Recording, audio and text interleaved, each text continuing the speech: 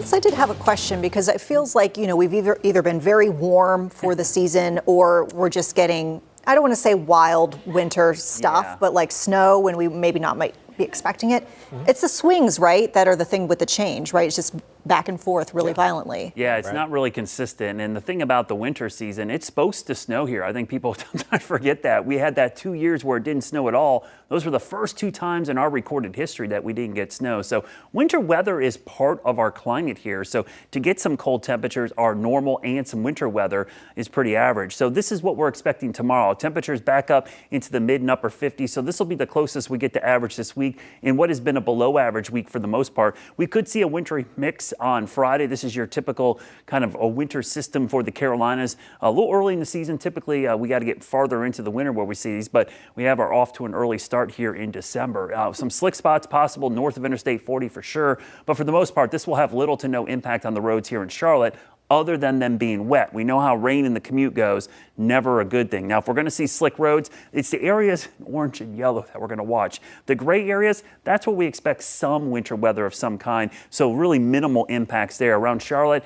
it's just good old-fashioned rain. Even if it were to be snowing, the air temperature is going to be above freezing. It's just white rain. It has the same impact on the road as rain. It just falls in the form of snow. There's a look at your early morning hours. I'll back out of the way. You get the wider view here. 3 o'clock in the morning, about 40, 41 degrees in Charlotte. It could be lower than that. We could see some wet flakes mix in initially before it changes to all rain.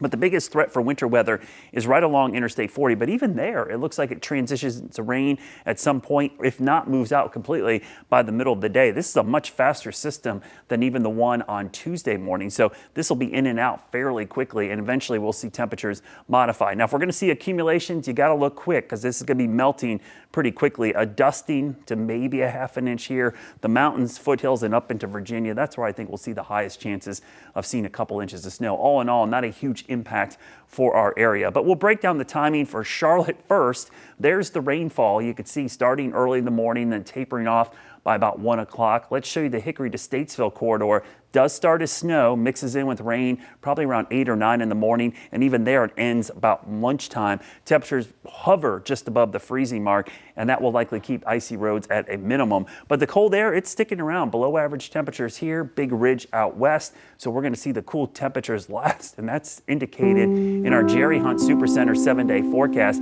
Be ready for that wet commute Friday morning, but honestly, tomorrow morning, watch out for that freezing fog as well. Saturday, Sunday, temperatures in the mid to upper 40s. Another round of cold rain for Monday, so our third system in a week of cold rain. And then I'll show you the 10-day forecast because temperatures do try to warm up a little bit by the middle and end of the week, getting back into the low and the mid 50s.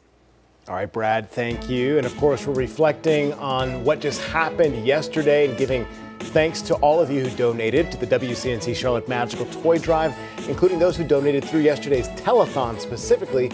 Every one of these donations made brings us, of course, a difference and makes a difference to these young children and, of course, their families across the area. And there is still time to have a positive impact here. Jet's Pizza just announced that tomorrow it will be donating 10% of its sales from Charlotte area locations to the toy drive. It's during a specific window of time, so just keep in mind it's from 4 to 8 p.m. Thursday. That money will help buy a toy for a child in need. And then this Saturday, you can bring your donation to the Belk at Carolina Place Mall from 8 to 2 and meet our WCNC Charlotte team, or you can go to Carowinds where you will get a single-use fast lane pass for free. Scan the QR code on the screen to learn about all the ways to donate.